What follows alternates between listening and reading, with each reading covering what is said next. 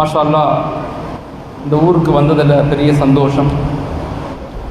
குறிப்பாக நம்முடைய உஸ்தாத் ஹசரத் அவங்கள சந்தித்து அவங்கள்ட்ட பேசுனது மிகப்பெரிய ஒரு பாக்கியம், சந்தோஷமாக கருதுகிறோம். அல்லாஹு தாலா நம்முடைய எண்ணங்களை, நம்முடைய செயல்களை, நம்முடைய அமல்களை, நம்முடைய தான தர்மங்களை அல்லாஹு தாலா ஏற்றுக்கொள்ளணும், கபூல் செய்யணும். எல்லா நிலையிலும் அல்லாஹ்விற்காக, அல்லாஹுடைய ரசூலுக்காக வாழ்ந்து மறையக்கூடிய பாக்கியத்தை அல்லாஹ் எனக்கும் உங்களுக்கும் தரணும்.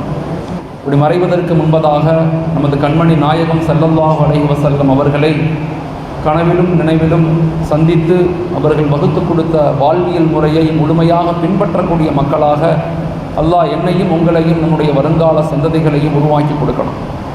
அதேபோல் மௌத்துக்கு முன்னாதாக அஷ்ஹது அல்லா இலாஹ இல்லல்லாஹ் வ அஷ்ஹது அன்ன முஹம்மதன் அப்துஹு வ ரசூலுஹு என்ற திருக்கலிமாவோடு மரணிக்கக்கூடிய பாக்கியத்தையும் அல்லாஹ் எனக்கும் உங்களுக்கும் நம்முடைய வருங்கால சந்ததிகளுக்கும் ஈமானோடு வாழ்ந்து ஈமானோடு மரணிக்கக்கூடிய பாக்கியத்தையும் அல்லாஹ் ஆக்கி அருளும். உலகத்திலேயே ஒரு அனைவராலும் ஏற்றுக்கொள்ளப்பட்ட முழுமையான ஆதாரம் உள்ள ஒரு மார்க்கமாக இருக்கிறது இஸ்லாமிய மார்க்கம். எல்லா நிலையில் அறிஞர்களும் நபிகள் நாயகம் ஸல்லல்லாஹு அலைஹி வஸல்லம் அவர்களுடைய வாழ்வியலை மிகப்பெரிய அளவில் ஆய்வு செஞ்சிருக்கிறாங்க. எல்லா கட்டத்திலையுமே அவங்க ஆன்மீகம் சார்ந்து, குடும்பவியல் சார்ந்து, சமூகம் சார்ந்து, பொருளாதாரம் சார்ந்து, அரசியல் சார்ந்து, உலகத்தில் எத்தனை துறைகள் இருக்கிறதோ எல்லா துறைகளிலும் ஒரு மிக முக்கியமான வழிகாட்டுதலை நமது நாயகம் ஸல்லல்லாஹு அலைஹி வஸல்லம் அவர்களுக்கு நமக்கு கொடுத்துட்டு போயிருக்கிறாங்க. The most authenticated and organised religious அப்படின்னு சொல்லுவாங்க. இப்படிப்பட்ட ஒரு அற்புதமான மார்க்கம், குர்ஆன், நபியினுடைய வாழ்வியல் முறை, இப்படி எல்லாமே நமக்கு கிடைச்சும் உலகத்தில் ஒரு பின்தங்கிய சமூகமாக இஸ்லாமிய சமூகம் இருக்குது அப்படின்னு சொல்வதனுடைய காரணம் என்ன அப்படின்னு ஆய்வுகள் செஞ்சோம்னா, எதெல்லாம் சொல்லப்பட்டதோ, எதெல்லாம் வாழ்க்கையில் வாழ்ந்து காட்டப்பட்டதோ அதை நம்முடைய வாழ்க்கையில் முழுமையாக பின்பற்றக்கூடிய சமூகமாக நாங்கள் மாறிட்டோமா அப்படின்னு நமக்குள்ள நாமளே ஒரு கேள்வி கேட்க வேண்டிய பொறுப்பு நமக்கு இருக்கு. ஒரு சமூகத்தினுடைய வளர்ச்சி என்பது உடனேலாம் நிகழாது. ஒரு சமூக மாற்றம் என்பது, ஒரு சமூக உருவாக்கம் என்பது உடனேலாம் மாற்றம் அடையாது. அதுக்கு குறைஞ்சது 10 வருஷம் ஆகும், அதிகபட்சம் 33 வருஷம் ஆகும். ஒரு நிலையிலிருந்து அடுத்த நிலைக்கு டெவலப் ஆகணும் அப்படின்னா எல்லாத்தினுடைய பங்களிப்பும் நமக்கு வேணும். உலமாக்களுடைய பங்களிப்பு, ப்ரொஃபஷனலுடைய பங்களிப்பு, பெண்களுடைய பங்களிப்பு, குழந்தைகளுடைய பங்களிப்பு, இளைஞர்கள் எல்லாரும் சேர்ந்து தான் ஒரு சமூகத்தை வலிமையாக, பலமாக, ஒரு நீண்ட நெடிய இலக்குள்ள சமூகமாக மாற்ற முடியும். வெறுமனே கொஞ்சம் பேர் முயற்சி செய்கிறாங்க அப்படின்னா மாற்றங்கள் உடனே நிகழ்ந்துறாது. அப்போ ஒரு சமூக பொறுப்புள்ள ஒரு சமூகமாக இன்றைக்கி சமூகத்தில் நிறைய விழிப்புணர்வு இன்றைக்கி ஏற்பட்டுருச்சு. மாஷா அல்லாஹ், பொதுமக்கள்கிட்ட, குறிப்பாக பெண்களிடத்தில், வாலிபர்களிடத்தில் எல்லாருமே இன்றைக்கி உம்மத்தை பற்றி கவலைப்படுறாங்க, சமூகத்தை பற்றி யோசிக்கிறாங்க. சமூகத்தினுடைய வளர்ச்சியில் மிகப்பெரிய பங்களிப்பு அளிக்கணும்னு மிகப்பெரிய ஆசையும் ஆர்வமும் இன்றைக்கி சமூகத்தில் ஏற்பட்டுருச்சு. அதில் மாற்றுக்கருத்து இல்லை. கிபி 2000 இப்போ 2001 ஆய்வின் அடிப்படையில் நான் சொல்கிறேன், சமூகத்தில் உலகம் முழுக்க இஸ்லாமிய மக்களுக்கு மத்தியில் ஒரு பெரும் விழிப்புணர்வு ஏற்பட்டுருச்சு. ஆனால் அந்த விழிப்புணர்வும் அந்த கவலையும் தொடர்ந்து பயணிக்குதா அப்படின்னா இல்லை. எப்பயாவது பேசும்போது அந்த கவலை வருது, பேசி முடித்தோடனே நம்ம பலகீனப்பட்டுறோம். யாரையாவது எங்கேயாவது புத்தகத்தில் இல்லை நியூஸ் பேப்பரில் படிக்கும்போது கவலை வரும், படித்து முடித்தோடனே கவலை நம்மளை விட்டு போயிடுது. அப்படி இல்லாமல் நம்ம எல்லா நிலையிலையுமே இந்த நுபுவத்தை, இந்த விழிப்புணர்வை, சமூக கட்டமைப்பு, சமூக உருவாக்கம், மக்களை எப்படியாவது அல்லாஹோடு, ரசூலோடு, குர்ஆனோடு இணைக்கணும் அப்படிங்கிற நீண்ட இலக்கு வேணும், தொடர் பயணம் வேணும், கடின உழைப்பு வேணும், நேர்மறை சிந்தனைகள் வேணும். இப்படிப்பட்ட ஒரு சிந்தனைகளை கொண்டு தான் நெக்ஸ்ட் ஜெனரேஷனை நம்ம உருவாக்க முடியும். இன்றைக்கி சமுதாயத்தில் பலதரப்பட்ட சேவைகள் நடக்குது. ஆனால் எல்லா சேவைகளை விட மிக முக்கியமான ஒரு சேவை, மிக முக்கியமான சமுதாய வளர்ச்சியில் மிக முக்கியமான ஒரு பணி என்னன்னு சொன்னால் அது நெக்ஸ்ட் ஜெனரேஷனை உருவாக்கக்கூடிய பணி. அடுத்த சமுதாயத்தை நம்ம எப்படி உருவாக்குறோம், நம்முடைய குழந்தைகள் அடுத்த 10 வருஷம் கழிச்சு, 15 வருஷம் கழிச்சு எந்த மனநிலையில் இருக்க போகிறாங்க, அவங்கள நாம் எப்படி தயாரிக்க போகிறோம் அல்லாஹோடு, குர்ஆனோடு, நபியோடு இணைத்த ஒரு சமூகமாக எப்படி உருவாக்க போகிறோம், அப்படி உருவாக்குறதுல பெண்களுடைய பங்களிப்பு என்ன அப்படிங்கிறது தான் மிக முக்கியமான ஒரு பகுதி. எவ்வளவுதான் ஆண்கள் எவ்வளவு கூட்டங்கள் நடத்தி, எவ்வளவு கருத்துரைகள் பண்ணி, எவ்வளவு பெரிய வளர்ச்சிகளை நோக்கி நகர்த்தினாலும் ஒரு பெண் தான் ஒரு குழந்தையினுடைய முதல் பள்ளிக்கூடம். ஒரு பெண்ணுடைய அந்த அணுகுமுறை, ஒரு பெண்ணுடைய உருவாக்கம், ஒரு பெண்ணுடைய தீனுடைய சிந்தனையை கொண்டுதான் நெக்ஸ்ட் ஜெனரேஷன், வருங்கால சமூகம் வலுவுள்ளதாக, பலமுள்ளதாக, சமூக எழுச்சி உள்ள ஒரு சமூகத்தை உருவாக்க முடியும். அதனால் ஆண்களுக்கு எந்த அளவுக்கு ரெஸ்பான்சிபிலிட்டிஸ் இருக்குதோ அதை விட 1 மடங்கு அதிகமாக பெண்களுக்கு அந்த பொறுப்பு அதிகமாக இருக்குது. இந்த ஜெனரேஷனை எப்படி மீட்டெடுக்க போகிறோம்? இப்போ அதன் அடிப்படையில் தான் சரித்திரம் படித்த சஹாபி பெண்மணிகள், ஹஸரத் ரசூலுல்லாஹி ஸல்லல்லாஹு அலைஹி வஸல்லம் உலகத்திலேயே அவங்க மாதிரி ஒரு எழுச்சி மிக்க வார்த்தையை, தலபுல் இல்மி ஃபரீலத்துன் அலா குல்லி முஸ்லிம், ஒவ்வொரு ஆணும் ஒவ்வொரு பெண்ணும் கற்பது கட்டாய கடமை அப்படின்னு ஒரு எழுச்சி மிக்க விஷயத்தை உலகத்தில் சொன்ன முதல் ஒரு புரட்சியாளர் ஹஸரத் ரசூலுல்லாஹி ஸல்லல்லாஹு அலைஹி வஸல்லம். அவங்களுடைய வாழ்க்கையில் மிக முக்கியமாக ஒரு 4 சஹாபி பெண்மணிகளுடைய வாழ்க்கையை நாங்கள் பார்க்க போகிறோம். அந்த சஹாபி பெண்மணியுடைய வாழ்க்கையினுடைய அந்த அர்த்தங்கள், அந்த வாழ்ந்த முறைகள், அதனால் ஏற்பட்ட சமூக மாற்றங்கள் என்ன, இப்போ நாம் என்ன செய்யணும், அந்த பெண்மணிகளுடைய வாழ்க்கையினுடைய நிலைகள் எப்படி இருக்குது, இன்னைக்கு நாம் நம்முடைய வாழ்க்கையை எப்படி வாழ்கிறோம், அதை நம்ம எப்படி டெவலப் பண்ணிக்கணும், பண்படுத்திக்கணும், எப்படி மேம்படுத்திக்கணும். பயான்கள் அப்படிங்கிறது வெறுமன காதுகளில் கேட்டு போகிறதல்ல. பயான்கள்ங்கிறது உள்ளங்களில் சுமைக்கக்கூடியது. அதனால தான் உளவியலில் சொல்லுவாங்க, அறிவு என்பது, நாலேஜ் என்பது 2ஆக பிரிப்பாங்க. ஒன்று இருக்குது இன்ஃபர்மேஷன், இன்னொன்று இருக்குது டிரான்ஸ்ஃபர்மேஷன். இன்ஃபர்மேஷனுங்கிறது மனிதனுடைய மூளையிலிருந்து உருவாகும். டிரான்ஸ்ஃபரிங் அப்படிங்கிறது முழுக்க முழுக்க மனிதனுடைய உள்ளத்திலிருந்து பேசக்கூடியது. அதனால தான் அல்லாமா ரூமி ரஹ்மத்துல்லா சொல்லுவாங்க, தில் சே பாத்கர், தில் சே சுன்கர், தில் சே தேக்கர் அப்படிம்பாங்க. உள்ளத்திலிருந்து பாருங்கள், உள்ளத்திலிருந்து கேளுங்கள், உள்ளத்திலிருந்து பேசுங்கள். உலகத்தினுடைய கல்வி முறைக்கும் மார்க்கத்தினுடைய கல்வி முறைக்கும் உள்ள வித்தியாசம் என்னன்னா, உலகத்தினுடைய கல்வி முறைங்கிறது முழுக்க முழுக்க அது மூளையோடு சம்பந்தப்பட்டது. படிப்பதை கொண்டு நோக்கம் என்ன, படிப்பதை கொண்டு நிறைய சம்பாதிக்கணும், படிப்பதை கொண்டு வசதியாக வாழணும், படிப்பதை கொண்டு என்ஜாய்மெண்ட்டாக உலகத்தில் இருக்கணுங்கிற ஒரு கருத்தியல் தான் உலக கல்வியினுடைய அடிப்படை. மார்க்கத்தினுடைய அடிப்படை அப்படிங்கிறது முழுக்க முழுக்க இந்த உம்மத்தை பாதுகாக்கணும், சமுதாயத்தை நேர்வழியின் பக்கம் இழுத்துட்டு போகணும் அப்படிங்கிற ஆழமான ஒரு சிந்தனையை உள்படுத்தியது தான் மார்க்கத்தினுடைய கல்வி முறை. இப்போ நாம் ஏதாவது பயான்கள், உலமாக்கள், நல்ல சிந்தனையாளர்கள் கருத்துக்களை பேசும்போது தயவு செய்து நாம் நம்முடைய காதுகளில் வாங்காமல் உள்ளத்துகளில் வாங்கும்போது தான், கல்பில் வாங்கும்போது தான் நாம் அதை சுமக்கக்கூடிய ஆற்றலை அல்லாஹ் கொடுக்குறான். வெறுமன மூளையில் வாங்கினோம்னா கேள்விகள் தான் உருவாகும். கொஸ்டின் வில் ரைஸ், கேள்விகள் உண்டாகும். எப்போ உள்ளத்தில் வாங்குறோமோ அமல் செய்யக்கூடிய பாக்கியங்கள் கிடக்கும், அமல் செய்யக்கூடிய நினைவுகள் உண்டாகும். அல்லாஹ் அந்த வாய்ப்புகளை ஏற்படுத்தி கொடுப்போம். அதனால் இன்னைக்கு நாங்கள் பேசக்கூடியது ஒரு பயான் நிகழ்வு மட்டுமல்ல, ஒரு ஐடியாலஜி சார்ந்த, ஒரு கருத்தியல் சார்ந்த விஷயம். ஏன்னா இன்னைக்கு சமூகத்தில் மிகப்பெரிய ஆற்றல் படைத்த ஒரு சமூகம் பெண் சமூகம். உங்களுடைய தியாகம், உங்களுடைய அர்ப்பணிப்பு, உங்களுடைய ஈமானிய உணர்வுகளை கொண்டு தான் அடுத்த ஒரு சமுதாயத்தை வலுவுள்ளவர்களாக, பலமுள்ளவர்களாக, சமுதாய சிந்தனை உள்ள இளம் உலமாக்களை, இளம் வாலிபர்களை, இளம் அஃபீஷியல்ஸை உருவாக்கக்கூடிய மிகப்பெரிய பொறுப்பு ஆண்களை விட பெண்கள் உங்களுக்கு தான் இருக்குது. அதனால் சொல்லக்கூடிய விஷயங்களை நீங்கள் மனதில் ரொம்ப ஆழமாக சுமந்து கொள்ளுங்க. அதை உங்களுடைய வாழ்க்கையில், உங்களுடைய குடும்பங்களில், உங்களுடைய உறவுகளில், உங்களுடைய பிள்ளைங்கள்கிட்ட அதை வெளிப்படுத்த முயற்சி செய்யுங்க. அப்படி வெளிப்படுத்தும் போது ஒரு பெரிய மாற்றம், ஒரு பெரிய சேஞ்சஸ் இன்ஷா அல்லாஹ் உருவாகுங்கிறதுல மாற்று கருத்து இல்லை. நபி ஸல்லல்லாஹு அலைஹி வஸல்லம் எல்லா தரப்பு மக்களையுமே உருவாக்கினாங்க, எல்லா தரப்பு மக்களையுமே உருவாக்கினாங்க, எல்லா நிலை மக்களையுமே, குழந்தைகள், பெண்கள், வாலிபர்கள், பிஸ்னஸ் மேன், பெரும் வியாபாரிகள், இப்படி எல்லா தரப்பு மக்களுக்குமே வழிகாட்டுதலை கொடுத்தாங்க.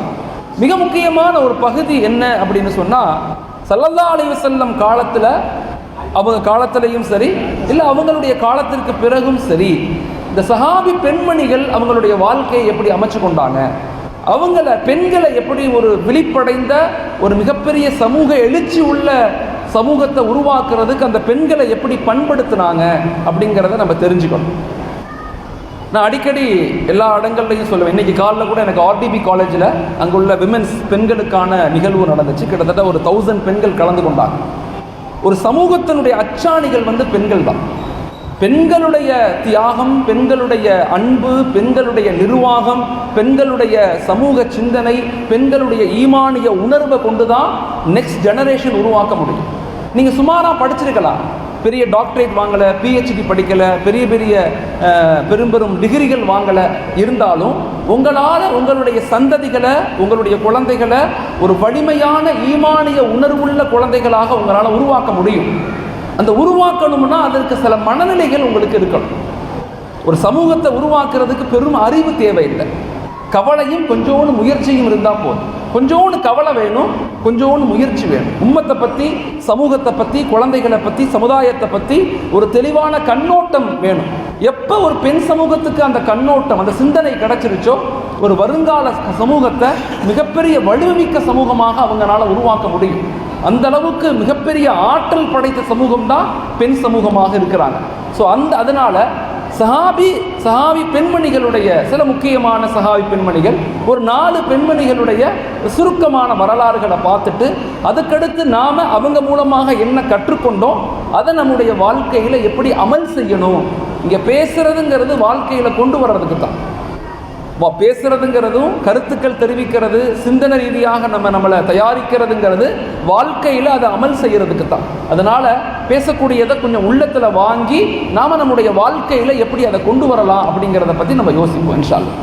நபியினுடைய காலங்களில், நபியினுடைய அந்த உருவாக்கத்தில் 4 மிக முக்கியமான பெண்மணிகள் இருக்கிறாங்க. அவங்களுடைய வாழ்க்கை வரலாறு ஒரு மிக வித்தியாசமானது. அவங்க நபியோட இணைந்திருந்து, நபியோட தொடர்பில் இருந்து மாஷா அல்லாஹ் ஒரு மிகப்பெரிய மாற்றத்தை அவங்க சமூகத்தில் ஏற்படுத்தினாங்க. இஸ்லாமிய சமூகத்தினுடைய எழுச்சிக்கு ஒரு காரணமாக இருந்தாங்க. அதில் முதலாவதாக இருக்கக்கூடிய பெண்மணி ஹஜ்ரத் கதிஜா அம்மையார் ரலியல்லாஹு அன்ஹா. அவங்க தான் இஸ்லாத்தினுடைய மிக முக்கியமான ஒரு மிகப்பெரிய ஆணிவேர்னு இமாம்கள் நமக்கு சொல்லிக் கொடுக்குறாங்க. நபி ஸல்லல்லாஹு அலைஹி வஸல்லம் தன்னுடைய 25வது வயதிலேயே அவங்களை கண்டறிஞ்சு, அவங்களை நிக்காஹ் முடிச்சு, அவங்களுடைய எல்லா நிலை வளர்ச்சிக்கும் ஒரு மிகப்பெரிய காரணமாக இருந்தவங்க அன்னை கதிஜா ரலியல்லாஹு அன்ஹா. 4 நிலைகளில் அவங்க ஸல்லல்லாஹு அலைஹி வஸல்லத்தை வலிமையாக மாற்றிருக்கிறாங்கன்னு இமாம்கள் நமக்கு சொல்லிக் கொடுக்குறாங்க. வயதில் மூத்தவங்க, நபியை விட கிட்டத்தட்ட 15 வயது மூத்தவங்க. இவங்களுக்கு வயது 25, 26. ஸல்லல்லாஹு அலைஹி வஸல்லம் அவங்களுக்கு அம்மையாருக்கு 40 வயது. 25 வயது பக்குவப்பட்ட ஒரு பெண்மணியை அல்லாஹ் தஆலா அவங்களுக்கு நிகாஹ் முடிச்சு கொடுக்குறான். ஸல்லல்லாஹு அலைஹி வஸல்லத்தினுடைய வாழ்க்கையினுடைய மிகப்பெரிய வெற்றிக்கு நபித்துவத்துக்கு முன்னாடியும் சரி, நபித்துவத்துக்கு பின்னாடியும் சரி. நபித்துவத்துக்கு முன்னாடி ஒரு 15 வருஷம் அவங்களுக்குள்ள இணைப்பு, பாசம், அன்பு, விட்டு கொடுத்தல், எல்லா நிலையிலும் தன் கணவரை உயர்த்து பிடித்தல், எந்த நிலையிலும் தன் கணவரை எதற்காகவும் விட்டு கொடுக்காத தன்மை. அந்த தன்மையினுடைய விளைவு அடுத்த நுபுவத்துக்கு பிறகு அடுத்த 10 வருஷம் மிகப்பெரிய ஒரு இணைப்பு, ஒரு பந்த பாசம் ஏற்பட்டுச்சு. நபி ஸல்லல்லாஹு அலைஹி வஸல்லம் அவங்களுக்கு பிறந்த குழந்தைங்க எல்லாருமே ஹஸரத் ஒரு குழந்தையை தவிர, ஒரு ஆண் குழந்தையை தவிர மீதி உள்ள எல்லா குழந்தைகளும் அன்னை கதிஜா ரலியல்லாஹு அன்ஹா அவர்களுக்கு பிறந்த குழந்தைகள் தான். அவ்வளோ பெரிய அந்நியுன்னியமான ஒரு வாழ்க்கை முறை இருந்துச்சு. குடும்ப உறவுகள், ஒரு ஆணை எப்படி வலிமையாக மாற்றணும், ஒரு ஆணை சமூகத்தில் எப்படி கொண்டு போய் நிப்பாட்டணும், ஒரு ஆணுடைய கண்ணியத்தை எப்படி பாதுகாக்கணும், ஒரு ஆணை எப்படி ஒரு சிறந்த சமூக சீர்திருத்தவாதியாக மாற்றணும் அப்படிங்கிறத பற்றி பல இமாம்கள், யூசுப் அல் கரதாவி போன்ற மிகப்பெரிய உலமாக்கள் எல்லாம் அன்னை கதிஜா ரலியல்லாஹு அன்ஹா ஒரு சோசியல் இன்டலெக்சுவல் உமன்ஸ் அப்படின்னு சொல்லி அறிவிக்கிறாங்க. சமூக மாற்றத்திற்கான மிகப்பெரிய ஆணிவேராக இருந்தவங்க அவங்க தான் அப்படிங்கிறத ஆய்வுகள் நமக்கு சொல்லி கொடுக்குது. அவங்கள்ட்ட 4 குணங்கள் இருந்துச்சு. அந்த 4 குணங்களை நம்ம எடுத்துக்கிறதுக்கு முயற்சி செய்வோம். ஒன்றாவதாக, எல்லா நிலையிலும் தன்னை விட தன் கணவரை உயர்ந்ததாக ஹஸரத் கதிஜா அன்னையார் நினைச்சாங்க. தன் கணவரை தன்னை விட உயர்ந்தவங்களாக, தன்னை விட சிறந்தவர்களாக. இது ஒரு ஆணும் நினைக்கணும், ஒரு பெண்ணும் நினைக்கணும். ஒரு குடும்ப வாழ்க்கையில் மிக முக்கியமான பகுதி, ஒரு ஆணிடத்தில் பெண் தோற்று போகணும், ஒரு பெண்ணிடத்தில் ஆண் தோற்று போகணும். இந்த லைஃப்பில் மிக முக்கியமான பகுதி அதுதான், விட்டு கொடுத்தல், அன்பு செலுத்துதல். அதில் மிக முக்கியமாக தன்னை விட தன் பார்ட்னரை உயர்வாக கருதணும். அதான் மிக முக்கியமான பகுதியாக. அதனால தான் ஹஸரத் ரசூலுல்லாஹி ஸல்லல்லாஹு அலைஹி வஸல்லம் வியாபாரத்துக்கு அவங்க செல்லும் போதும் சரி, எல்லா விதமான சொத்துக்களையும் நம்பிக்கையின் அடிப்படை தன் கணவர்கிட்ட கொடுத்தாங்க. தன்னுடைய சொத்துக்களை எல்லாமே நம்பிக்கையின் அடிப்படையில் தன் கணவருக்கு கொடுத்தாங்க, தன் கணவரை உயர்வாக நினைச்சாங்க. இது முதல் பண்பாக இருக்கணும். எப்போ ஒரு பார்ட்னரை, நம்ம கூட இருக்கக்கூடிய கணவரை, நம்ம கூட இருக்கக்கூடிய மனைவியை நம்மளை விட உயர்ந்தவங்க, சிறந்தவங்க, நல்லவங்க, ஒரு நம்பிக்கை, அவங்க மீது ஒரு ஈர்ப்பை எப்போ நம்ம வெளிப்படுத்துகிறோமோ நமக்குள்ள ஒரு இணைப்பு பாலம் அதிகரிக்கும். இன்னைக்கு காலத்தில் ஆய்வுகள் சொல்லுது, குடும்பங்களில் 60% ஃபேமிலியில் டிஸ்பியூட் இருக்குது, பிரச்சனை இருக்குன்னு சொல்லுது. 60% குடும்பங்கள் ஆய்வுகள் சொல்லுது. இன்னைக்கு பெண்கள் யாரும் வருத்தப்படக்கூடாது. சமீபத்தினுடைய சுப்ரீம் கோர்ட்டுடைய ஒரு ரிசர்ச்சே என்ன சொல்லுதுன்னா, ஆண்கள் டிவோர்ஸுக்கு இன்னைக்கு அப்ளை பண்ணுவதை விட பெண்கள் தான் அதிகமாக டிவோர்ஸுக்கு அப்ளை பண்ணுறாங்க, ஹுலாக்கள் தான் அதிகமாக வருதுங்கிறத ஆய்வுகள் சொல்லி கொடுக்குது. ஸோ அதனால் ஹதிஜா அம்மையாருடைய முதல் பண்பு என்னவாக இருந்துச்சுன்னா, என்னை விட என் கணவர் சிறந்தவர் அப்படிங்கிற ஒரு பார்வை ரொம்ப தெளிவாக இருந்துச்சு. எத்தனைக்கும் பார்த்தீங்கன்னா ஹஜரத் ரசூலுல்லாஹ் ஸல்லல்லாஹு அலைஹி வஸல்லம் அவங்க ஒரு அனாதை, தந்தை தாய் இல்லாதவங்க, பெரிய சொத்து சுகம் இல்லாதவங்க, சமூகத்தில் ஒரு பெரிய ஒரு அந்தஸ்தில் சமூகத்தின் உச்சகட்டமான தலைவராக இல்லாதவங்க.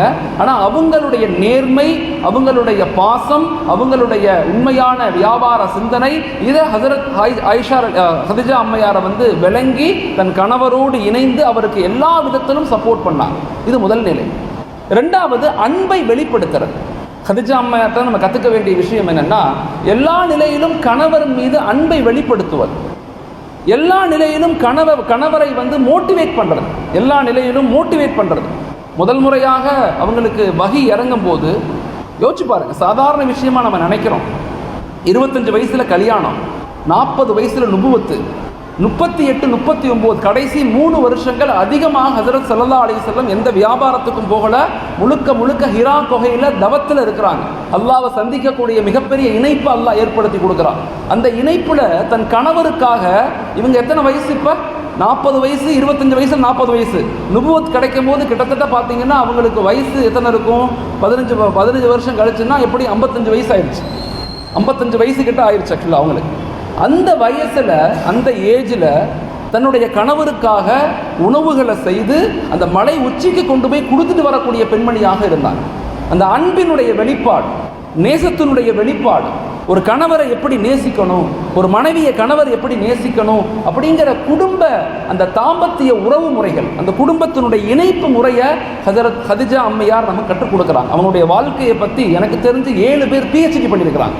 ஹதிஜா அம்மையாருடைய அந்த நிக்காஹுக்கு பிறகு நபியினுடைய ஹதிஜா அம்மையாருடைய வாழ்க்கை முறை அணுவாக அவங்க பேசுதல், அவங்க உட்காருதல், அவங்க சிரிக்குதல், எல்லாத்தையும் எப்பயுமே தன் கணவர் ஹஜரத் ஸல்லல்லாஹு அலைஹி வஸல்லம் வீட்டுக்கு வந்தா சிரித்த முகமாக இருப்பாங்க, பிரகாசமாக இருப்பாங்க, நல்ல நல்ல வார்த்தைகளை பேசுவாங்க, எப்பயுமே நெகட்டிவான சிந்தனைகளை பகிர மாட்டாங்க. எந்த அளவுக்குன்னு சொன்னா அதனுடைய விளைவுதான் ஹஜரத் ஸல்லல்லாஹு அலைஹி வஸல்லம் நபுவத்தினுடைய முதல் ஜிப்ரீல் அலைஹிஸ்ஸலாத்தை பார்த்துட்டு வேகமாக வீட்டுக்கு வருவாங்க. ஜம்மிலூனின்னு சொல்லுவாங்க, மனைவியே என்னை போற்றி விடுங்கள், என்னை போத்துங்க, என்னை போர்வை எடுத்து பொத்தி விடுங்க. போர்வையை எடுத்து பொத்திடுவாங்க. பொத்திட்டு கேட்பாங்க, கணவரை எதுக்கு பயப்படுறீங்க, உங்களுக்கு என்ன ஆச்சுன்னு கேட்குறாங்க. இல்லை, நான் ஒரு பெரிய உருவத்தை பார்த்தேன், எனக்கு பயம் வந்துருச்சு, என்னால் அந்த தாங்க முடியலை, அந்த ஆற்றலை என்னால் பார்க்க முடியலை, எனக்கு பயமாக இருக்குது, உடல் குளிருது, உடல்லாம் நடுங்குதுன்னு சொல்கிறாங்க. மனைவி சொன்ன வார்த்தை என்ன தெரியுமா, கணவரை நீங்கள் பயப்படாதீங்க, எதுக்கு பயப்படுறீங்க, நீங்கள் அனாதைகளை ஆதரிக்கிறீங்க, எல்லாத்துட்டையும் நேர்மையாக நடந்து கொள்றீங்க, பெரியவங்களுக்கு கண்ணியம் கொடுக்குறீங்க, அன்பு செலுத்துறீங்க, ஏழைகளுக்கு உதவுறீங்க, எல்லா மக்களுடைய நேர்மையான மனிதராக நீங்கள் கருதப்படுறீங்க, நீங்கள் எதற்கு பயப்படணும் அப்படிங்கிற ஒரு ஆழமான வார்த்தையை தன் கணவருக்கு சொல்கிறாங்க. அந்த மோட்டிவேஷனல் எல்லா நிலையிலும் ஒரு கணவர், ஒரு ஆண் வீட்டில் ஒரு குழந்தை, இல்லை ஒரு பெண், இல்லை ஒரு கணவர், இல்லை அண்ணன், இல்லை தம்பி, அத்தா ஒரு சடைவடைந்து போகும்போது மிகப்பெரிய வார்த்தை எங்கேருந்து வரும் தெரியுமா, மிகப்பெரிய எதிர்பார்ப்பு ஒரு ஆணுக்கு எங்கே இருக்குன்னா பெண்ணிடத்திலிருந்து வரக்கூடிய வார்த்தைகள் தான், அந்த ஆதரவான வார்த்தைகள் தான். கவலைப்படாதீங்க, உங்களுக்காக நான் துவா செய்கிறேன், கவலைப்படாதீங்க மகனே, கவலைப்படாத, கணவரே கவலைப்படாதீங்க, அத்தா நீங்க கவலைப்படாதீங்க, தம்பி நீ கவலைப்படாத அப்படிங்கிற ஒரு வார்த்தை தான் ஒரு ஆணுடைய மிகப்பெரிய பலமாக இருக்குது. இப்போ ரெண்டாவது, அன்னை ஹதிஜா அன்னையார் ரலியல்லாஹு அன்ஹா அவங்களுடைய மிக முக்கியமான ரெண்டாவது பண்பு, எல்லா நிலையிலும் நல்ல ஒரு உத்வேகமான வார்த்தையை பேசுவாங்க, உத்வேகமான வார்த்தையை பேசுவாங்க. எந்த நிலையிலும் நெகட்டிவாக பேசவே மாட்டாங்க, மட்டம் தட்ட மாட்டாங்க. இன்னைக்கு சீக்கிரமாக நம்ம நிறைய பேர் மட்டம் தட்டிடுறோம். பெண்களும் மட்டம் தட்டுறாங்க, பெண்கள் ஆண்களையும் மட்டம் தட்டுறாங்க. மட்டம் தட்டுதல் அப்படிங்கிறது வந்து மிக மோசமான அன்பை குறைச்சி நமக்குள்ள பிரிவை அதிகப்படுத்திடும். எல்லா நிலையிலும் உயர்வான வார்த்தைகள், நல்ல நல்ல சிந்தனைகளை பகிர முயற்சி செய்யுங்க. அப்போ உங்களுடைய கணவர், உங்கள் புள்ள, உங்கள் அத்தா, உங்கள் அம்மா, உங்களுடைய சகோதர சகோதரிகள் எல்லாருமே ஒரு மிகப்பெரிய வளர்ச்சியின் பாதையில் போவாங்க. இப்போ அன்னை ஹதிஜா அம்மையாருடைய 2வது குணம் எல்லா நிலையிலும் மோட்டிவேட்டட் பண்ணுறது, எல்லா நிலையிலும் அவங்கள உத்வேகப்படுத்துறது. 3வது தன்னுடைய சொத்துக்களை, தன்னுடைய சம்பாதித்த விஷயங்களை, தன்கிட்ட இருக்கக்கூடிய விஷயங்களை கணவருக்கு வந்து அர்ப்பணிக்கிறது. கணவருடைய வளர்ச்சிக்கு, கணவருடைய உருவாக்கத்துக்கு, கணவருடைய வெற்றிக்கு, கணவருடைய வளர்ச்சிக்கு ஒரு பெண்மணி காரணமாக இருக்க முயற்சிக்கணும். உலகத்தில் அநேக நபர்கள் சொல்லுவாங்க, ஒரு ஆணுடைய வெற்றிக்கு பின்னால் மிகப்பெரிய ஒரு பெண்ணுடைய தியாகம் இருக்கும், ஒரு பெண்ணுடைய அர்ப்பணிப்பு இருக்கும், ஒரு பெண்ணுடைய மிகப்பெரிய அன்பு இருக்கும், ஒரு மிகப்பெரிய ஒரு பக்குவம் இருக்குன்னு சொல்கிறாங்க. ஆனால் இன்றைக்கி காலத்தில் அது ரொம்ப ரொம்ப குறைஞ்சு கொண்டே போகுது. ஒரு பெண்ணுடைய வெற்றிக்கு பின்னால் ஆணும் இருக்கிறதில்ல, ஒரு ஆணுடைய வெற்றிக்கு பின்னால் பெண்ணும் இருக்கிறதில்ல. இன்றைய கால சூழ்நிலையில் எல்லாரும் சுய சுதந்திரத்தை விரும்பக்கூடிய மக்களாக மாறுறோம். நான் சந்தோஷமாக இருக்கணும், நான் நிம்மதியாக இருக்கணும், என்ன டிஸ்டர்ப் பண்ணக்கூடாது, நானாக உங்கள்கிட்ட பேசுவேன், நானாக தான் வருவேன், எந்த நிலையிலையுமே என்ன செய்யக்கூடாது, என்ன டிஸ்டர்ப் பண்ணக்கூடாதுங்கிறத ஆணும் நினைக்க ஆரம்பிச்சிட்டாங்க, பெண்களும் நினைக்க ஆரம்பிச்சிட்டாங்க. அதனுடைய விளைவு உண்மையான அன்பு, உண்மையான பாசம், உண்மையான இணைப்பு அதெல்லாம் குறைஞ்சு கொண்டே போகுது. இந்த உலகத்தில் மட்டும் நாங்கள் கணவன் மனைவியாக வாழணும்னு அவசியம் இல்லை. மறுமையிலையும் அல்லாஹு தாலா ஒரு சிறந்த உம்மத்தை, ஒரு சிறந்த தம்பதிகளை சேர்த்து வைக்கக்கூடியதாக வாய்ப்புகள், ஹதீஸுகள் நமக்கு சொல்லிக் கொடுக்குது. அதனால் தயவு செய்து 2வது ஒரு குணம் வந்து தன் வீட்டில் உள்ள மக்களை வந்து எல்லா நிலையிலும் என்ன செய்யுங்க, ஒரு பண்பான வார்த்தைகளை, அன்பான வார்த்தைகளை, மோட்டிவேட்டடான வார்த்தைகளை கொண்டு அவங்கள பாராட்டுங்க. 3வது ஹதிஜா ரலியல்லாஹு அன்ஹாவுடைய மிக முக்கியமான ஒரு பண்பு தான் தன் சொத்துக்களை, தன்கிட்ட இருக்கக்கூடிய பொருட்களை அவங்களுக்காக செலவழிக்கிறது. 4வது ஒரு பண்பு தான் எல்லா நிலையிலும் கணவருடைய உறவுகளை பேணிக்கொள்றது. கணவருக்குன்னு ஒரு உறவுகள் இருப்பாங்க, அந்த உறவுகள் மீது ரொம்ப பெண்கள் கவனம் செலுத்தணும். இன்னைக்குள்ள பெரும் பிரச்சனை, ஒரு ஆண் என்ன எதிர்பார்க்குறாங்க, ஒரு ஆண் வந்து ஒரு பெண்கிட்ட என்ன எதிர்பார்க்குறாங்க, 2 விஷயத்தை தான் எதிர்பார்க்குறாங்க. ஒன்று, நீ எனக்கு துரோகம் செய்யாத ஒரு வாழ்க்கையை வாழணும், எனக்கு நீ துரோகம் செஞ்சிடாத. 2வது, என் உறவுகளை, என் அத்தா, என் அம்மா, என் குழந்தைகளை கொஞ்சம் நீ பாதுகாத்துக்க, அவங்க மீது கொஞ்சோன்னு கேர் எடுத்துக்க. அந்த கேரை நீ எடுத்துக்கிட்டீங்கன்னா உண்மையான கணவனுடைய அன்பும் பாசமும் இணைப்பும் ஒரு பெண்ணுக்கு கிடைக்குது. அதே போல ஒரு பெண் 2 விஷயத்தை எதிர்பார்க்குறாங்க ஆண்கள்கிட்ட இருந்து. ஒன்று, நான் அமானிதமாக உன்னிடத்துல இருக்கிறேன், என்ன நீ கேர் பண்ணு, நான் சொல்கிறத கேளு, நான் அணத்தும் போது காது கொடுத்து கேளு, நீ செய்யறையோ செய்யலையோ நான் பேசும்போது பக்கத்தில் உட்காந்து நீ என்ன பேசுறேன்னு கேளுன்னு ஒரு பெண் எதிர்பார்க்குறாங்க. 2வது, பெண்ணுடைய உறவுகளுக்கு ஒரு ஆண் கண்ணியம் கொடுக்கணும்னு விரும்புகிறாங்க. ஒரு பெண்ணுடைய உறவுக்கு, பெண்ணுடைய அத்தா அம்மா, பெண்ணுடைய அண்ணன் தம்பி, பெண்ணுடைய அக்கா தங்கச்சி, அவங்கள ஒரு ஆண் வந்து கண்ணியப்படுத்தணும், ஆண் வந்து அவங்கள நேசிக்கணும். நீ பெரிய என்ன, உங்கள் அத்தா என்ன கொடுத்தாரு, உங்கள் அம்மா வீட்டிலேருந்து என்ன கொண்டு வந்த அப்படிங்கிற வார்த்தையை சொல்லிடக்கூடாது. எல்லா நிலையிலும் ஒரு ஆண், என்னுடைய கணவர் என் குடும்பத்தின் மீது கொஞ்சோன்னு கண்ணியம் கொடுக்கணும் அப்படின்னு ஒரு பெண் எதிர்பார்க்குறாங்க. இந்த எதிர்பார்ப்புகளை ஒரு ஆணும் சரி பெண்ணும் சரி புரிந்து கொண்டு வாழ்க்கையை வாழ்ந்துட்டா, சஹாபி பெண்மணிகள் அந்த வாழ்க்கையை வாழ்ந்தாங்க. அந்த வாழ்க்கையை வாழ்ந்ததனுடைய காரணமாகத்தான் அவ்வளோ பெரிய இணைப்பும் அன்பும் பாசமும் இருந்துச்சு. அப்படி இல்லைன்னு சொன்னால் இந்த உலக வாழ்க்கை நமக்கு நரகமாக மாறிடும், நரகமான மாறிடும். இங்கே எதுவுமே நமக்கு நிரந்தரம் கிடையாது. இங்கே எல்லாரும் எல்லாத்த விட்டு போய் தான் ஆகணும். இப்போ இந்த உலக வாழ்க்கையில் நிரந்தரம் சந்தோஷம் நிம்மதி ஏற்படணும் அப்படின்னு சொன்னால் தயவு செய்து உங்களுடைய உறவுகளை பேணி வாழுங்க. அதில் குடும்பத்தார் உறவுகளை ரொம்ப பேணி வாழுங்க. இப்போ அன்னை ஹதிஜா ரலியல்லாஹு அன்ஹா அவங்க இந்த 4 விஷயங்களையும் தன்னுடைய வாழ்க்கையில் பின்பற்றுவதனுடைய விளைவு தான் ஸல்லல்லாஹு அலைஹி வஸல்லம் தன்னுடைய மனைவி மீது அவ்வளோ பெரிய பாசத்தை வச்சுருந்தாங்க. இது முதல் பகுதி. 2வதாக ஒரு பெண்மணி நபியினுடைய வாழ்க்கையோடு இணைந்திருந்தவங்க, அவங்களுடைய மகள், ஈரக்குலையாக கருதப்பட்ட ஹஸரத் ஃபாத்திமா ரலியல்லாஹு அன்ஹா, நபியினுடைய மகள். அவங்களுடைய வாழ்க்கை என்பது முழுக்க முழுக்க ஈமானிய உணர்வுகளை கொண்டது, தக்வாவின் அடிப்படையில் வாழ்க்கையை கொண்டது, ஹயாவின் அடிப்படையில் வாழ்க்கையை கொண்டது, நேர்மை அடிப்படையில் வாழ்க்கையை கொண்டது. அவங்களுடைய வாழ்க்கையில் மிக முக்கியமாக 4 விஷயங்களை நாங்கள் பாடமாக எடுத்துக்கொள்கிறோம். ஒன்று, கணவனுக்கு கட்டுப்படுதல். கணவனுக்கு கட்டுப்படுதல் மிக முக்கியமான ஒரு விஷயம். ஒரு மனைவி கட்டுப்படுதல் அப்படிங்கிறது அடிமைத்தனம் கிடையாது. முதல்ல நம்ம எல்லாரும் அதை புரிஞ்சுக்கணும். கட்டுப்படுதல் என்பது அடிமைத்தனம் கிடையாது. எந்த ஒரு ஆண் பெண்ணுக்கு பெண்ணுக்கு சேவகம் செய்கிறாரோ அல்லது எந்த ஒரு பெண் ஆணுக்கு கட்டுப்படுகிறார்களோ அந்த வாழ்க்கை நிரந்தரமான சந்தோஷமான வாழ்க்கை. ஒரு பெண்ணுக்கு ஆண் சேவகம் செய்யணும், தப்பு கிடையாது. கட்டின மனைவிக்கு சேவகம் செய்யணும். அதே மாதிரி ஒரு பெண் ஒரு ஆணுக்கு கட்டுப்படணும். திரும்ப சொல்கிறேன், கட்டுப்படுதல் என்பது அடிமைத்தனம் கிடையாது. இன்றைக்குள்ள டிவி, இன்றைக்குள்ள சோசியல் மீடியா, இன்றைக்குள்ள நாடகம், இன்றைக்குள்ள வெப் சீரியஸ் எல்லாமே என்ன சொல்லிடுச்சுன்னா, பெண்கள் அப்படிங்கிறவங்க அவங்கள அடிமையாக்க முயற்சிக்கிறாங்க. இஸ்லாத்தில் மட்டும் இல்லை, உலகம் முழுக்க சொல்கிறாங்க. இஸ்லாம் சொல்லக்கூடிய முறை என்பது அடிமைத்தனம் அல்லங்கிறத முதல்ல நம்ம விளங்கிக்கணும். இஸ்லாத்தில் அடிமைத்தனம்ங்கிறதே கிடையாது. இஸ்லாத்தில் எந்த இடத்துலையுமே ஆண்கள் உயர்ந்தவர்கள் பெண்கள் தாழ்ந்தவர்கள் கிடையாது. பெண்கள் உயர்ந்தவர்கள் ஆண்கள் தாழ்ந்தவர்கள் கிடையாது. பெண்களுக்குன்னு சில உரிமைகள் இருக்குது, சில கடமைகள் இருக்குது, சில பொறுப்புகள் இருக்குது. ஆண்களுக்குன்னு சில உரிமைகள் இருக்குது, சில கடமைகள் இருக்குது, சில பொறுப்புகள் இருக்குது. அவங்கவங்க உரிமைகளை, அவங்கவங்க கடமைகளை, அவங்கவங்களுடைய பொறுப்புகளை விளங்கி நம்முடைய வாழ்க்கையை விட்டு கொடுத்து நிதானமாக பொறுமையாக வாழ்ந்துட்டோம்னா அதை விட ஒரு சிறந்த வாழ்க்கை முறை எதுவுமே இல்லை. அதனால் ஹஸரத் ஃபாத்திமா ரலியல்லாஹு அன்ஹா மிகச்சிறந்த ஒரு ஆளுமை. ஆளுமை ஹஸரத் ஸல்லல்லாஹு அலைஹி வஸல்லம் அவங்க இருக்கும்போது அவங்களுடைய எல்லா குழந்தைகளும் இறந்து போனாங்க. அவங்களுடைய 4 பெண் மக்களும் இறந்து போனாங்க, 3 பெண் மக்களும் இறந்து போனாங்க, அவங்களுடைய ஆண் குழந்தைகளும் இறந்து போனாங்க. ஆனால் நபிக்கு பிறகு இறந்த ஒரே குழந்தை ஹஸரத் ஃபாத்திமா ரலியல்லாஹு அன்ஹா மட்டும்தான். அவங்க வஃபாத் ஆகும்போது நபியை பார்த்துட்டு அழுவாங்க ஹஸரத் ஃபாத்திமா. 2 பேரும் அவ்வளோ பெரிய இணைப்பு. நபியினுடைய வாழ்க்கையை படிக்கும்போது ஹஸரத் ஃபாத்திமா ரலியல்லாஹு அன்ஹா அவங்களுடைய வாழ்க்கையை படிக்கவே முடியாது. ஒத்ததாக இருந்தாங்க. நபியினுடைய சொல், செயல், உடல், உருவம், வார்த்தைகள் எல்லாமே ஒத்துப்போன ஒரே ஒரு பெண்மணி ஹஸரத் ஃபாத்திமா ரலியல்லாஹு அன்ஹா. ஹஸரத் ஸல்லல்லாஹு அலைஹி வஸல்லம் தன்னுடைய மகள் மீது எவ்வளவு அன்பு வச்சிருந்தாங்க அப்படிங்கிறத இமாம்கள் எழுதுறாங்க. ஹஸரத் ஃபாத்திமா ரலியல்லாஹு அங்கிருந்து நடந்து வந்தாங்கன்னா, தந்தையை பார்க்கறதுக்கு நடந்து வந்தாங்கன்னா, ஸல்லல்லாஹு அலைஹி வஸல்லம் சஹாபாக்களோட உட்கார்ந்துருப்பாங்க. எழுந்திருச்சு போய் தன் மகளை வரவேற்பாங்க. தன் மகளை பார்த்தா ஸல்லல்லாஹு அலைஹி வஸல்லம் எழுந்திருச்சு நிற்பாங்க.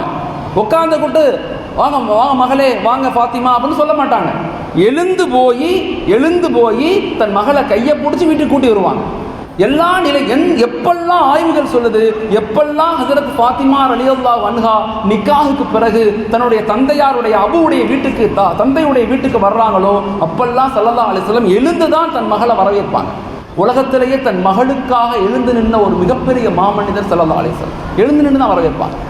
ஒரு தடவை ஸல்லல்லாஹு அலைஹி வஸல்லம் வீட்டில் இருக்காங்க, தன் மகள் வர்றாங்க ஃபாத்திமா ரலியல்லாஹு வந்து ஒரு ரொட்டி துண்டை ஊட்டி விடுறாங்க, தந்தைக்கு ஊட்டுறாங்க. நம்ம எத்தனை பேர் நம்முடைய தாய் தகப்பனுக்கு ஊட்டுறோம்? எத்தனை தாய் தகப்பன் பிள்ளைங்களுக்கு இந்த வயசில் ஊட்டுறோம்? தயவு செய்து சில வாழ்க்கை முறைகளை நம்ம வாழணும். எப்போ பார்த்தாலும் இந்த சோசியல் மீடியா, இந்த வாழ்க்கையினுடைய இன்பங்கள் இல்லை இந்த வாழ்க்கையினுடைய கச்சடாக்கள் போய் மாட்டிக்க கூடாது. கொஞ்ச நேரம் தனிமையில் உட்காந்து என் வாழ்க்கையை நான் நிம்மதியாக வாழ்கிறேனா, என் குழந்தைகளுக்கு செய்ய வேண்டிய கடமைகளை நான் சரியாக செய்கிறேனா, என் கணவருக்கு செய்ய வேண்டிய கடமைகளை நான் செய்கிறேனா, என் வீட்டில் உள்ள வயதான மக்களுக்கு செய்ய வேண்டிய கடமைகளை நான் சரியாக செய்கிறேனா அப்படிங்கிற தனிமையில் உட்காந்து யோசிச்சு பாருங்க. எப்போ பார்த்தாலும் மன அழுத்தத்துக்குள்ளேயே இருக்கிறோம். எதையாவது ஒன்றை பார்த்துக்கிட்டே இருக்கோம். ஸ்க்ரீனிங் டைம் இன்னைக்கு அதிகரிச்சிருச்சு. மொபைல் பார்க்கக்கூடிய, டிவி பார்க்கக்கூடிய, சோசியல் மீடியா பார்க்கக்கூடிய கடந்த 15 வருஷத்தில் சொல்கிறான், ஒரு மனிதன் சராசரியாக இன்னைக்கு உலகத்தில் 7 மணி நேரம் மனிதன் ஸ்க்ரீன் பார்க்குறான்னு சொல்கிறோம். 7 மணி நேரம். இது மிக மோசமான நிலையை ஏற்படுத்துங்கிறான். அடுத்த 10-15 வருஷத்தில் 95% மக்கள் மென்டல் ஹெல்த் டிஸார்டரில் போகிறாங்க. மனநோய் ஏற்பட போகுதுங்கிறான். மனநோய் உலகத்திலேயே இன்னைக்கு மிக பயமுறுத்தக்கூடிய நோய் டயபிட்டிஸ் இல்லை, சுகர் இல்லை, கேன்சர் இல்லை, ஹார்ட் அட்டாக் இல்லை, எதுவுமே இல்லை. மிகப்பெரிய நோயாக உலகமே பயப்படக்கூடிய ஒரு நோய் என்னன்னா மென்டல் ஹெல்த் டிஸார்டர். மனநோய் தான் இன்னைக்கு அதிகரித்து கொண்டே இருக்கு. அன்பு குறைஞ்சு போச்சு. படிப்பெல்லாம் அதிகமாயிருச்சு. காலேஜுகள் நிறைய வந்துருச்சு. நிறைய டெக்ஸ்ட் புக் வந்துருச்சு. நிறைய படிச்சுன்னு அதிகமாயிட்டான். 40 வருஷத்துக்கு 40% மக்கள் படிச்சிருந்தாங்க. இன்னைக்கு 88% மக்கள் படிச்சிருக்கிறாங்க. ஆனால் வருத்தம் என்னன்னா படிப்பு அதிகமாயிருச்சு, பண்பு குறைஞ்சு போச்சு. அறிவு அதிகமாயிருச்சு, அன்பு செலுத்தக்கூடிய மக்கள் குறைஞ்சிட்டாங்க. அவ்வளோ பெரிய இறுக்கமான சூழ்நிலை நம்மளை அறியாமையே நமக்குள்ள ஏற்பட்டு கொண்டிருக்கு. அதனால வாழ்க்கையை கொஞ்சம் கொஞ்சமாக ரசிங்க. வாழ்க்கையை ரசிங்க. இன்பமாக இருக்க முயற்சி செய்யுங்க. உறவுகளை பேணி வாழுங்க. ஸல்லல்லாஹு அலைஹி வஸல்லம் இருப்பாங்க. அங்கேருந்து ஃபாத்திமா ரலியல்லாஹு வர்றாங்க. ஒரு சுட்ட உணவை ரசூலுக்கு ஊட்டுறாங்க. சுட்ட உணவை ரசூலுக்கு கொடுக்குறாங்க. ஸல்லல்லாஹு அலைஹி வஸல்லம் வாங்கி சாப்பிட்டு சொன்னாங்க, என் அருமை மகள் ஃபாத்திமாவே, நான் சுட்ட உணவை சாப்பிட்டு 3 நாள் ஆச்சுன்னு சொன்னாங்க. 3 நாள் ஆயிடுச்சு சுட்ட உணவு. உடனே ஃபாத்திமா ரலியல்லாஹு கேட்குறாங்க, யா அபு, உங்களுக்கு நான் ரொட்டி சுட்டு கொடுக்கட்டுமான்னு கேட்குறாங்க. ரொட்டி சுட்டு கொடுக்கட்டுமா? கணவர் வீட்டிலேருந்து வந்திருக்காங்க, ரொட்டி சுட்டு கொடுக்கட்டுமா? சுடு கொடுங்க. தந்தைக்காக மாவு பிசைஞ்சு ரொட்டியை நல்லா செஞ்சு அடுப்பில் வச்சு ரொட்டி சுடுறாங்க. ரொட்டி சுட்டுக்கிட்டு இருக்கும்போதே ஹஸரத் ஸல்லல்லாஹு அலைஹி வஸல்லம் வர்றாங்க, வந்து கேட்குறாங்க, அருமை மகளே ஃபாத்திமா, நான் உங்களுக்கு கொஞ்சம் ஹெல்ப் பண்ணட்டுமா? நான் ஒரு ரொட்டி சுடட்டுமான்னு கேட்குறாங்க. ரொட்டி சுடட்டுமா? சுடுங்க என் தந்தையே, சுடுங்க. அப்படின்னோடனே நபி ஸல்லல்லாஹு அலைஹி வஸல்லம் மாவை எடுத்து பிசைஞ்சு நல்ல ரொட்டியை உருட்டி அடுப்புக்குள்ளே வைக்கிறாங்க. அடுப்புக்குள்ளே வச்சப்போ அந்த ரொட்டி வெளியே எடுக்கப்படுது. வெளியே எடுத்தோடனே ஃபாத்திமா ரலியல்லாஹு சிரிக்கிறாங்க, தந்தையே உங்கள் ரொட்டி சரியாக வேகலை, உங்கள் ரொட்டி சரியாக வேகலை, வேகாமல் வெளியே எடுத்துட்டீங்க, வேகலைன்னு சொன்னாங்க. நபி ஸல்லல்லாஹு அலைஹி வஸல்லம் சொன்னாங்க, அருமை மகள் ஃபாத்திமாவே, உங்களுக்கு ஒன்று தெரியுமா? உங்களுக்கு ஒன்று தெரியுமா? அல்லாஹ் ஒரு ஆணையிட்டிருக்கிறான், எந்த பொருளை நான் தொட்டேனோ அந்த பொருளை நெருப்பு தீண்டக்கூடாதுன்னு அல்லாஹ் ஆணையிட்டிருக்கிறான். அதனால ரொட்டி என்ன செய்யலை, சரியாக வேகலை. வாழ்க்கையை பாருங்க, எப்படி ரசித்து வாழ்கிறாங்க, எப்படி ஒரு இன்பமான இணைப்பான வாழ்க்கை. இன்னைக்கு நாம் அப்படி ஒரு இணைப்பான வாழ்க்கைக்குள்ளே இருக்கிறோமா அப்படின்னா ரொம்ப பலகீனமாக இருக்கிறோம். எல்லா நிலையிலும் ஸல்லல்லாஹு சொல்லுவாங்க தன் மகள் ஃபாத்திமாட்ட, மகளே உன் கணவரை நீ கஷ்டப்படுத்தாத, உன் கணவரை கஷ்டப்படுத்தாத, உன் கணவரால் உனக்கு என்ன செய்ய முடியுமோ அதை அவர் செய்வார். அவரை போய் டார்ச்சர் பண்ணி கஷ்டப்படுத்தி மன அழுத்தத்துக்கு உள்ளாக்கிறாத, எல்லா நிலையிலும் அல்லாஹ் உனக்கு உதவியாக இருப்பான். இது முதல் பண்பு, கணவருக்கு கட்டுப்படுதல். இரண்டாவது வெட்கம், ஹயா. தன் உடலை தன்னை தவிர யாரும் எந்த ஆணும் பார்க்கக்கூடாது. நபிகிட்ட கேட்டிருந்தாங்க, யா ரசூலல்லாஹ், எனக்கு ஒரு உதவி செய்யணும், அல்லாஹ்ட்ட துவா செய்யுங்க, நான் வெளியே போகும்போது மூதாட்டி மாதிரி இருக்கணும், வீட்டுக்குள்ளே வந்தால் மட்டும்தான் நான் ஒரு அழகான பெண்மணியை என் கணவருக்கு தெரியும். வீதிகளில் யாராவது என்னை பார்த்தாங்க, வீதிகளில் ரோடுகளில் யாராவது என்னை பார்க்குறாங்கன்னா என்ன நினைக்கணும்னா, ஒரு வயதான பாட்டி போகிறாங்க, ஒரு வயதான கிழவி போகிறாங்க அப்படின்னு நினச்சிக்கணும். வீட்டுக்குள்ளே வரும்போது என் கணவருக்கு மட்டுமே என் அழகும் என்னுடைய வாழ்க்கையும் நான் அர்ப்பணிக்கணும் அப்படின்னு கேட்டு பெற்றுக்கிட்டாங்க. ஒரு நாள் ஜும்மா காலையில் ஹஸரத் அலி ரலியல்லாஹு வீட்டுக்கு வர்றாங்க. வீட்டுக்கு வந்தால் ஹஸரத் ஃபாத்திமா ரலியல்லாஹு எப்பையும் போல் இல்லாமல் குளிச்சுட்டு தன் 2 குழந்தைகளையும் குளிப்பாட்டி, ஹசன் ஹுசைன் 2 பேர்த்தையும் குளிப்பாட்டி அவங்களுக்கு புது ட்ரெஸ் எல்லாம் போட்டுக்கிட்டு இருக்காங்க. புது ட்ரெஸ் போட்டுக்கிட்டு இருக்காங்க. தன் கணவர் வந்ததை எப்பயுமே உள்ளே கணவர் வந்தோடனே எழுந்து போய் வரவேற்பாங்களாம் ஃபாத்திமா ரலியல்லாஹு. தன் கணவர் வீட்டுக்குள்ளே வந்தாங்கன்னா சலாம் சொல்லி வந்தோடனே சிரித்த முகமாக கணவருடைய கையை பிடித்து உட்கார வச்சு அவங்களுக்கு தேவையானதை கேட்டு கொடுப்பாங்க. இது ஹஸரத் ஃபாத்திமா ரலியல்லாஹுடைய வாழ்க்கை முறை. அந்த நேரத்தில் ஹஸரத் அலி ரலியல்லாஹு உள்ளே வர்றாங்க. இவங்க போய் கேட்கல, என்ன வேணும்னு கேட்கல, முகம் மலர்ந்து அவங்கள வரவேற்கல, கையை பிடிச்சி கூட்டிட்டு வரல. அலி ரலியல்லாஹு கேட்டாங்க, ஃபாத்திமா அவங்களே, என்னைக்கும் இல்லாமல் என்ன நீங்கள் கண்டுகொள்ளலையே இன்னைக்குன்னு கேட்குறாங்க. என்னை கண்டுகொள்ளலையே அப்படின்னு கேட்குறாங்க. பதில் சொல்லலை. தன் 2 குழந்தைகளையும் குளிப்பாட்டி ட்ரெஸ் மாற்றி இருக்கிறாங்க. திரும்பி கேட்குறாங்க, என் அருமை மனைவி ஃபாத்திமாவே, என்னை நீ கண்டுகொள்ளவில்லையே அப்படின்னு கேட்குறாங்க. அப்போ அவங்க சொல்கிறாங்க, ஃபாத்திமா ரலியல்லாஹு சொல்கிறாங்க, நான் இன்றைக்கி வெளியே போகலான்னு இருக்கிறேன், ஒரு பெரிய நிகழ்வு இருக்குது, நான் வெளியே போகலான்னு இருக்கிறேன் அப்படின்னு சொல்கிறாங்க. சொன்ன உடனே அப்படியா, நல்லபடியாக போயிட்டு வாங்க, எப்போ திரும்பி வருவீங்கன்னு கேட்குறாங்க. கணவர் கேட்குறாரு, எப்போ திரும்பி வருவீங்க? இப்போ சொன்னாங்க, நான் கியாமத்து வரை திரும்பி வரமாட்டேன்னு சொன்னாங்க. சொன்ன உடனே அலி ரலியல்லாஹு பதட்டப்பட்டு கேட்டாங்க, என்னாச்சு உங்களுக்கு, எங்கே போகிறீங்க அப்படின்னு கேட்குறாங்க. இல்லை, என் பாப்பாவை நான் கனவுல பார்த்தேன், என் பாப்பா சொன்னாங்க, நான் பார்த்து உன்னை ரொம்ப நாள் ஆச்சு, நீ என்கிட்ட வான்னு கூப்பிட்றாங்க, நான் போகலான்னு இருக்கிறேன் அப்படின்னு சொல்கிறாங்க. வெள்ளிக்கிழமை காலையில் நடக்குது எல்லாமே. சொன்ன பிறகு தன்னுடைய கணவர்கிட்ட சொல்கிறாங்க. கணவர் சொல்கிறாங்க, அருமை மனைவி ஃபாத்திமாவே, உன் தந்தையை சந்திக்கும் போது இந்த ஏழையை பற்றி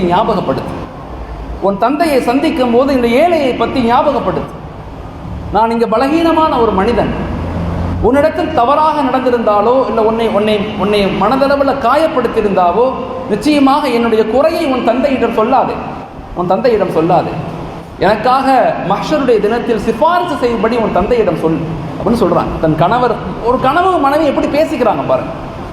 ஒரு அந்த இணைப்பு, அவங்களுக்குள்ள அந்த அன்பு, அந்த பரஸ்பரம் எப்படி வெளியாகுது.